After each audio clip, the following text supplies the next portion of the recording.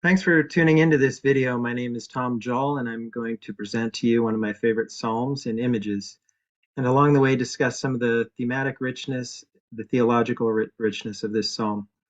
It is Psalm 103 in the Orthodox Psalter, number 104 in most printed Bibles. This is part two of a three-part presentation. In the first video, we covered verses 1 through 12. Now we will cover verses 13 through 24. If you missed the first installment, you can go back to my channel and launch it from there. I hope you enjoy some of the images and insights we will cover in this section. So let's get started and take a look at verse 13. As in the first video, I'll be reading the Hebrew as you follow along in the English. Mashke harim me'aliotav, mi peri ma'aseh tisba ha'aretz. Here again, we have an image of a mountain rain shower and mention of the Lord's elevated royal platform.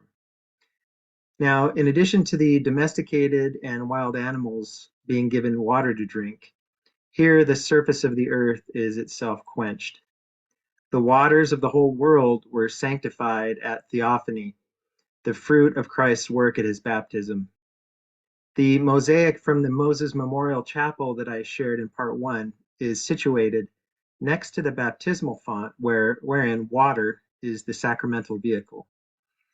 I am reminded of a lesson I learned from an Archdiocese blog post by Alyssa Davis. In it, she talks about teaching theophany to kids. Well, I'm in my 50s and the lesson had not yet dawned on me.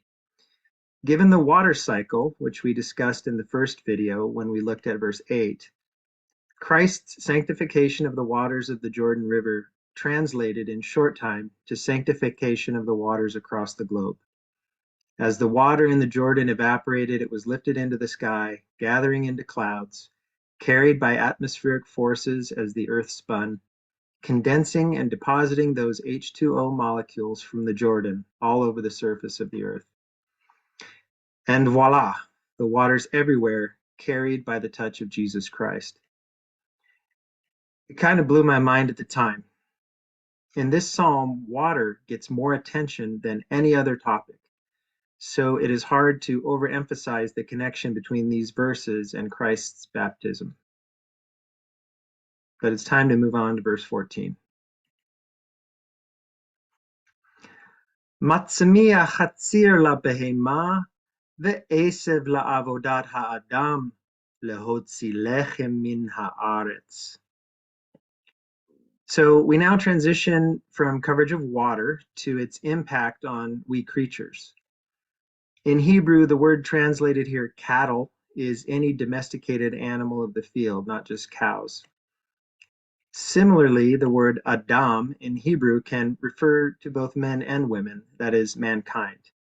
As here we see a woman manually bringing in the sheaves of grain that were caused to grow by the rain delivered by God from his royal cloud platform. But not just grain, as we see in the next verse. V'yayin yisamach levav enosh lehatzil panim mishamen ve'lechem levav enosh yisad. Three elements are presented here: wine, oil, and bread. Sound familiar? The oil making the face cheerful or radiant can imply several things. Consuming fatty oils is a quick way to be satiated, as those of us who eat Western diets know so well. That is why fasting from oil is sacrificial. Some speculate that oil was applied directly to the skin, as we do today with essential oils, tanning oils, and the like. But oil can also make the face shine by the light it gives off when used in a lamp. If we consider the last of these three, the usage of oil, we see the three staples, wine, bread, and oil, present at the mystical supper. Hence these Eucharistic images I have chosen.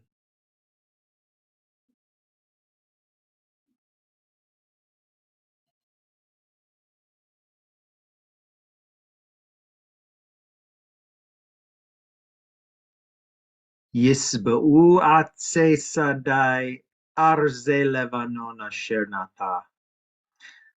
Verse 16 presents another variant between the Greek and Hebrew textual traditions, and that's why I paused for a second. The Greek has trees of the plain, but the Hebrew has trees of the Lord. Unlike the difference between rocks and branches in verse 12, where I propose an original explanation of why the Septuagint is preferred, the explanation here has been proposed by others. This Hebrew word sin dalet yod, or Shaddai, can mean either Sadeh, field, or Shaddai, as in El Shaddai, a name for God. The speculation is that a Hebrew scribe replaced SDY with the more common divine name for the Lord, Yod He Vav He. The Greek seems more original, more likely, because the divine name is usually carefully placed within the Psalms. And if you study this psalm closely, its use here seems out of place. It doesn't fit well. Field fits better, and field has also already been used earlier in verse 11 when describing the beasts of the field whose thirst is smashed by water. Here it is the trees who are having their thirst satisfied. Yet another reference to water, albeit an indirect one. And the cedars of Lebanon were famous all over the ancient world. David and Solomon and subsequent kings of Judah imported them for building the temple and places, and it figures prominently on the flag of Lebanon today.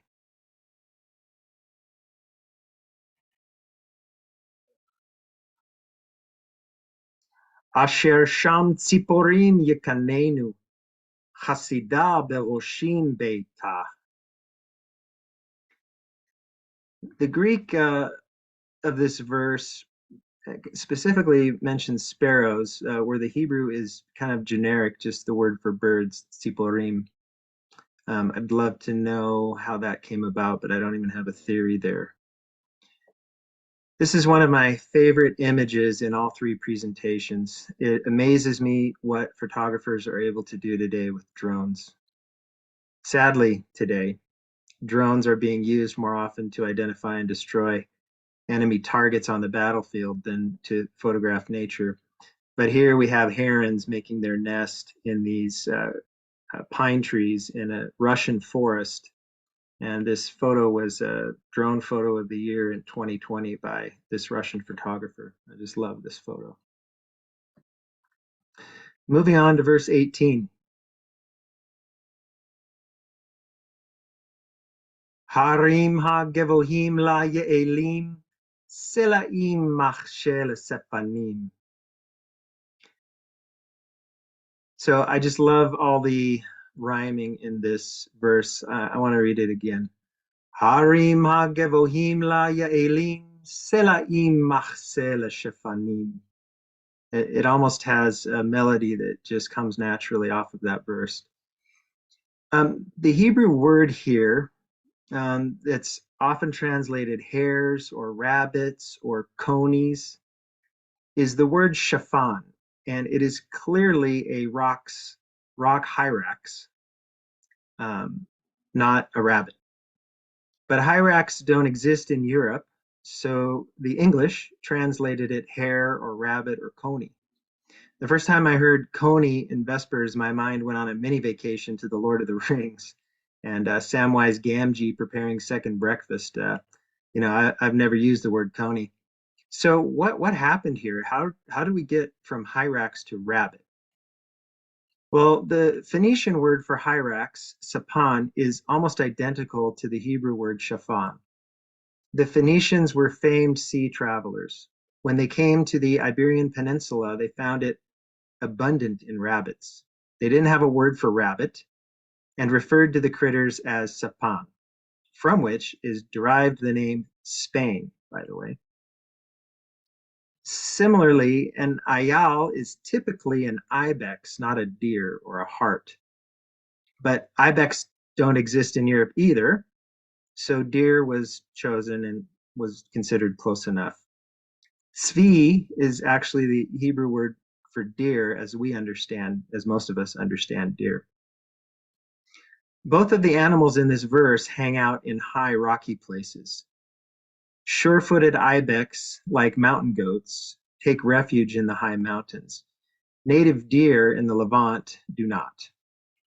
Actually, sadly, native red deer were hunted out of existence by men in the 1920s. I heard rumor that their nearest species are attempting to be reintroduced in the Carmel area, but the status of that project is not clear to me. Note that people back then who were much closer to nature than modern digital people are, even they couldn't keep track of the diversity of life on this planet. Today, biologists are discovering new species all of the time, and humans are also destroying species all of the time, which is a sin, a blatant sin. God never told us to be the cause of extinction. It doesn't mean things don't go extinct due to the dance of life, but it should make us take pause when we see that we are making ourselves God by eliminating species that God has put in place. And a quick note on translation. I am in no way being critical of the folks who translated the Psalms into English or any of the scriptures.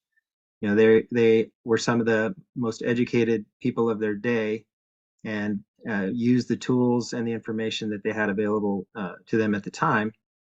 And even if these scholarly people had heard of a hyrax and they themselves knew what it was, vast majority of their audience would not have known what it was.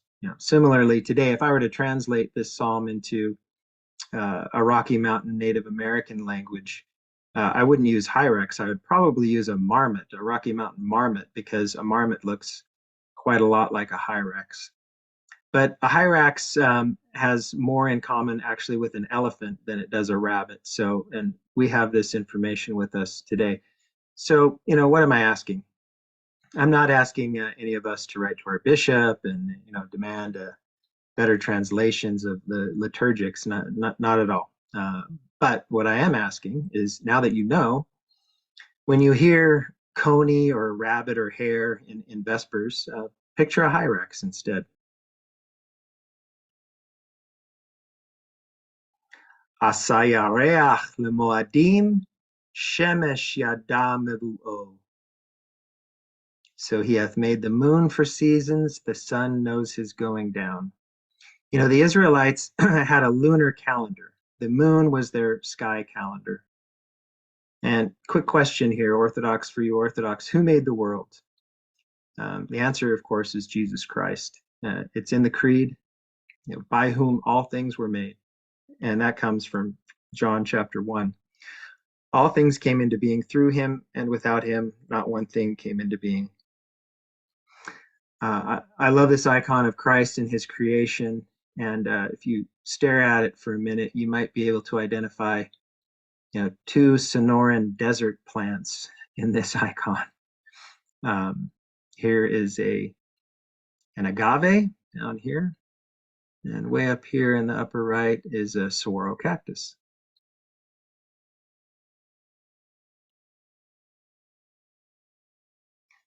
Tashed choshech sitro vayhi laila bo tirmos kol haito ya'ar. So here's a video from a trail cam my best friend has at his ranch in Paradise Valley, Montana.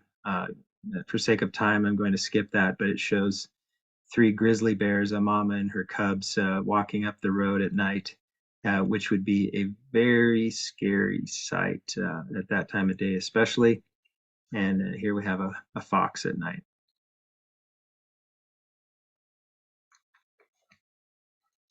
Hakeferim shoagim lataref ulavakesh me'el ochlam. On the left, we see a young lion having a meal. And on the right, we have St. Ignatius of Antioch, well, becoming a meal, just as he wanted it. Quoting St. Ignatius, allow me to become food for the wild beasts, through whose means it will be granted me to reach God.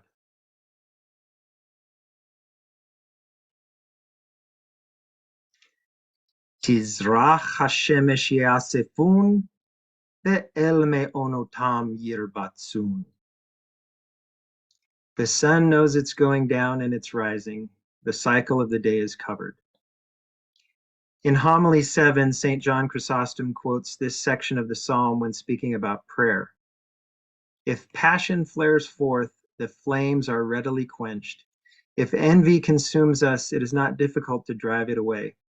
The same thing happens, which the prophet says happens when the sun rises. What did he say? You made the darkness, and it is night. In it, all the wild beasts of the forest will go forth, even the young lions roaring for prey and to seek meat for themselves from God. The sun arose, and they were gathered together and shall lie down in their dens. So too, when a prayer, like a ray of the sun, arises from our tongue and comes forth from our mouth, our mind is enlightened. All the savage passions which destroy our reason slink away and flee to their own lairs. If only our prayer is diligent, if only it comes from a watchful soul and a sober mind.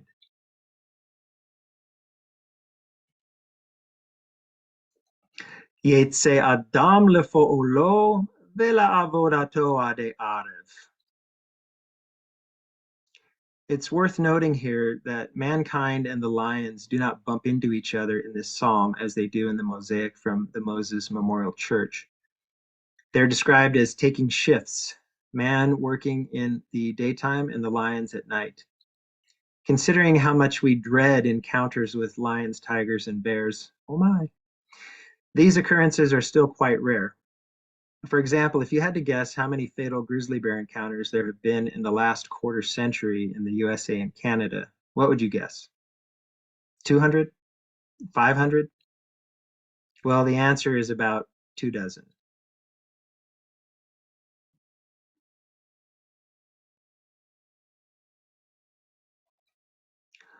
Marabu ma'asecha Adonai, kulam behochma asita, male'a ha'aretz kinyanecha. Our final verse today is the climax of the entire psalm. And I'm going to read it again, and I put the transliteration here for you. Marabu ma'asecha Adonai, kulam behochma asita, male'a ha'aretz kinyanecha. This last word, kinyanecha, implies ownership. Creatures is a bad translation. Creation is better. Riches or possessions is best. It refers to everything mentioned, not just the animals. The Lord owns it all. We are merely stewards at a blip in time. 1 Chronicles 29:14 through 16 is part of the dedication prayer of Solomon for the temple when he says, "But who am I, and what is my people that we should be able to thus to offer willingly? For all things come from thee, and of thine own hand we have given thee. For we are strangers before thee, and sojourners, as all our fathers were. Our days on the earth are like a shadow, and there is no abiding. O Lord our God, all this abundance that we have provided for building thee a house for thy holy name comes from thy hand and is all thy own." Sound familiar? In the Divine Liturgy, we hear, "Thine own of thine own we offer unto thee on behalf of all and for all."